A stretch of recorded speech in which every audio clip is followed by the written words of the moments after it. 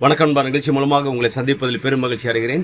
வாழ்க்கையில் வெற்றி பயன் நோக்கி பயணம் செய்து கொண்டிருக்கிறீர்கள். இந்த பயன்கள் நல்ல முறையில் வெற்றி பெற என் அன்பின் வாழ்த்துக்கள். நீங்கள் நல்லா இருப்பீங்க. இப்போ இருக்கிறதை பார்க்கலும் 1000 மடங்கு அதிகமாகும்படி நம்ம சேனைகளின் கர்த்தர் தாமே உங்களை ஆசீர்வதித்து உயர்த்துவாராக. நல்லா கவனிச்சுப்பார்கள். வாழ்க்கையில் கடந்து போகும்போது இந்த உலகத்தில் நிறைய காரியங்கள், நிறைய பிரச்சனைகள், நிறைய காரியத்தை நாம் சந்திக்க நேரிடுகிறது. அப்படி சந்திக்கும் போது ஏகப்பட்ட பிரச்சனைகளை இந்த உலகத்தில் நீங்கள் சந்தித்து கொண்டிருக்கிறீங்க. இந்த பிரச்சனை சந்திக்கும் போது என்ன உண்டாகுது என்றால், இது மனுஷன் மூலமாக தான் சில பிரச்சனைகள் உங்களுக்கு நேரிடும்.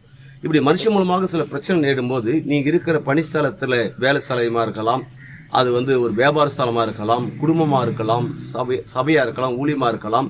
நீங்கள் எந்த டிபார்ட்மெண்ட்டாக இருந்தாலும் எந்தெந்த டிபார்ட்மெண்ட்லேருந்து அந்தந்த இடத்துல இருக்கிற மனுஷன் மூலமாக, அதாவது உங்களை புரிஞ்சு கொள்ளாத ஒரு மனுஷன் மூலமாக என்னென்ன பிரச்சனைகள் வருவதோ அந்த பிரச்சனை வரும்போது எதிர்வாதம் மாத்திரம் தயவுசெய்து பண்ணாதீங்க. இந்த எதிர்வாதம் பண்ணக்கூடாது என்றால் என்ன, அதற்கு தான் பிரச்சனைகள் மத்தியில் நீங்கள் சைலண்டாக இருக்கணும், அமைதியாக இருக்கணும். எந்த அளவுக்கு நீங்கள் பிரச்சனை நடுவில் வாயை திறக்காதபடிக்கு மௌனமாக இருக்கிறீங்களோ, அமைதியாக இருக்கிறீங்களோ, அந்த அளவுக்கு தான் கடவுள் உங்களுக்கு வேலை செய்வார். அப்போ தேவன் உங்கள் பட்சத்தில் இருந்து ஒரு அற்புதமான வேலையை அவர் செய்ய வேண்டும் என்றால் நீங்கள் நல்லா கவனிச்சு பாருங்கள். எப்பேற்பட்ட பிரச்சனைகளாக இருந்தாலும் நீங்கள் அமைதியாக இருந்துருங்க, சைலண்டாக இருந்துருங்க, பொறுமையாக இருங்க. ஏனால் நீதி செய்ய வல்லவராக இருக்கிறார். அவர் நீதி செய்யறனா, அவர் உங்களுக்காக வழக்காடினா, உங்களுடைய பிரச்சனை அவர் கையில் எடுக்கணும்னா நீங்கள் கையில் எடுக்காதீங்க. நீங்கள் அமைதியாக இருங்க, நீங்கள் பொறுமையாக இருங்க.